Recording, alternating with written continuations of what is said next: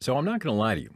Sometimes you're going to hear words like active exploit or passive exploit, right? Basically, exploits in the Metasploit framework are divided into two categories, active or passive. So, what does that mean to you? Active exploits will exploit a specific host, run until completion, and then exit. For example, brute force modules will exit immediately when a shell opens, and execution of the module stops if an error occurs. Oh, and by the way, you can force an active exploit to work in the background by entering J into the exploit command. And of course, on the other hand, passive exploits wait for incoming hosts and then exploit them as they connect.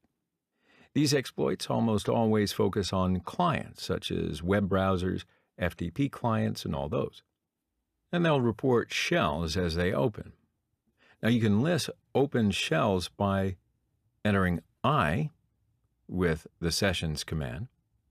Also, by adding I with a sessions command, you'll be able to interact with the intended shell. Metasploit framework ranks the exploits to help you find the appropriate exploit. And I'll show you all the ranks and their meanings. Excellent.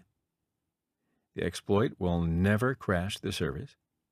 This is the case for SQL injection, CMD execution, RFI, LFI, etc. There's no typical memory corruption exploits should be given this ranking unless there are some extraordinary circumstances. Great. The exploit has a default target and either auto-detects the appropriate target or uses an application-specific return address after a version check. Good.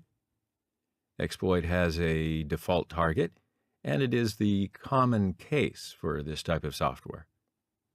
Normal. The exploit is otherwise reliable, but depends on a specific version and can't or doesn't reliably auto-detect. Average. The exploit is generally unreliable or difficult to exploit. Low.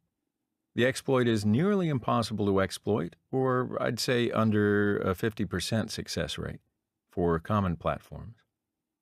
Manual. The exploit is unstable or difficult to exploit and is basically a DOS.